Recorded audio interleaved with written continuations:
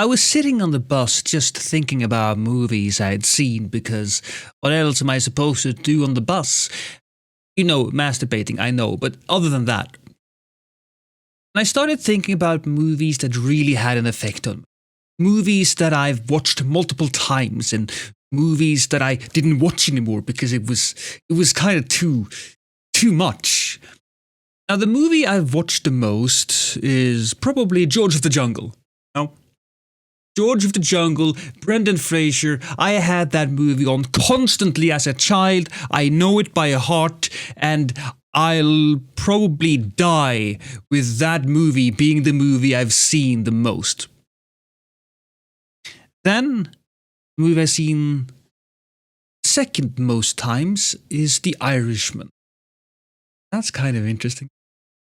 So goddamn long, but I just love every single part has purpose. Every single part means something. And it is great to see a master of his craft, whether that be directing in Scorsese or acting in Nero and Pacino. Joe Pesci. God's sake, let's not forget about Joe Pesci. Even with all of that weird-ass de-aging technology, and even with Robert De Niro being as stiff as he is, he could never pass for a guy in his 30s. But just take that out of it. The movie, the story, the characters, fantastic. And then we come to the movie that I wanted to talk about. It's a movie that I've only seen once, and I don't want to watch it again. At least not now. But I thought it was absolutely fantastic. This is the movie that really got me. It's a horror. And I'm a big horror movie guy. I absolutely love horror movies. I've watched tons and tons of horror movies. And I've seen scary ones. I've seen gory ones. I think the reason why I love horror movies so much, they are both suspenseful and they are mysterious, with the added benefit of there being some sort of a monster, some sort of a ghost, some sort of a demon, and I love that. The characters of the movie, they have to figure out what's going on and maybe how to stop. Then I saw Hereditary. For those of you who doesn't know, I will probably spoil that movie. There's nothing I can do. So if you have been thinking about watching Hereditary, don't let me spoil it for you. But I'm going to spoil it now. That was your last warning. Hereditary is a story about a family. It starts out with this mom visiting a funeral where her mom has died. Now, they weren't close, but they are there too. Now, she goes home, she has a daughter and a son and a husband, and strange things starts to happen. Okay, so far, so standard. The craft here, though, the direction is fantastic, and the acting is great. And there are some really clever, zooms and transitions. There's one point where they zoom in on a miniature house because the mom likes building miniatures, and when you get into one of the rooms, the scene shifts and the room is actually their house, and all of that good stuff. So it's good, but nothing out of the ordinary so far. And then around the middle of the movie, a death occurs. And it comes like this. Just suddenly, out of the blue. I mean, it's not out of the blue. You know something is going to happen, but when it happens, it hits you. It hits you so goddamn hard. Here's what happens.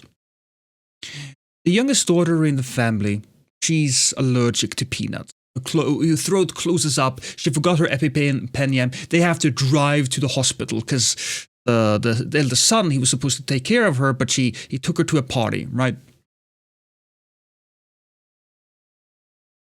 and he's driving like a madman, wanting to save his sister. Now his sister, she's just clawing at her throat and trying to get air in, and she wants to get some air from outside of the car. So she rolls down the window or pushes a button. I don't remember.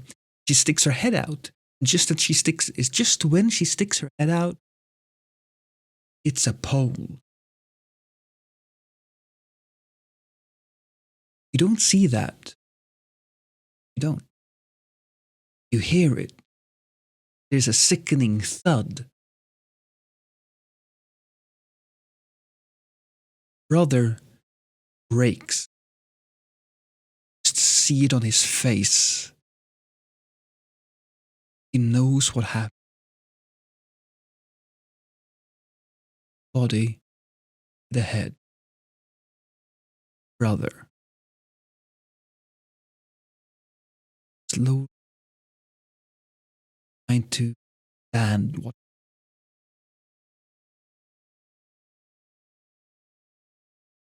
And then that he doesn't want.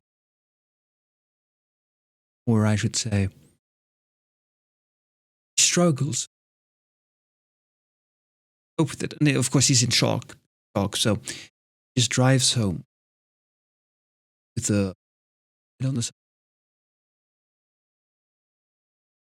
home, parks, goes up to sleep, down in the bed. There's no cut now. Zoom in on his window in the back, goes from darkness to morning.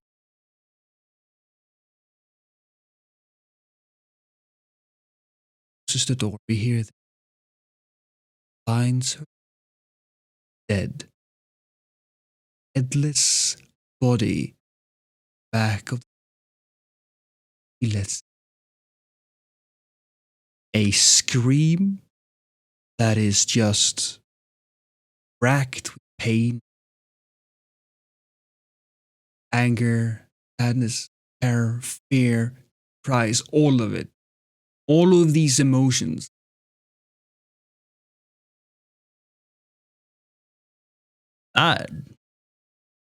That's some heavy shit. I've seen a lot of movies. I don't think any movie ever affected me like that. And what movie got to you?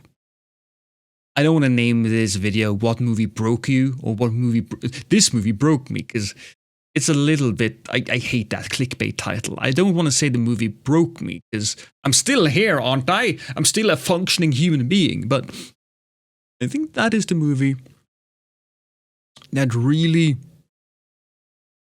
emotionally shook me. Sure, I've cried at other movies because they were so well made and they were sad and all of that. I don't, no problem admitting that. Somebody now in the comments, you have to write Lost at Sea, because I mean, I'm serious. Somebody needs to do that. That's obligatory at this point, but I don't actually mind. I've cried at plenty of movies. In fact, I'm actually rather easy to move emotionally. I can get caught up in them.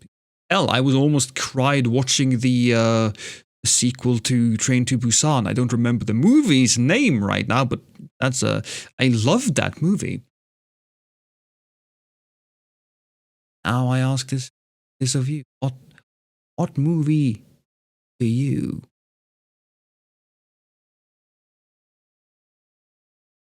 Probably try to stream some.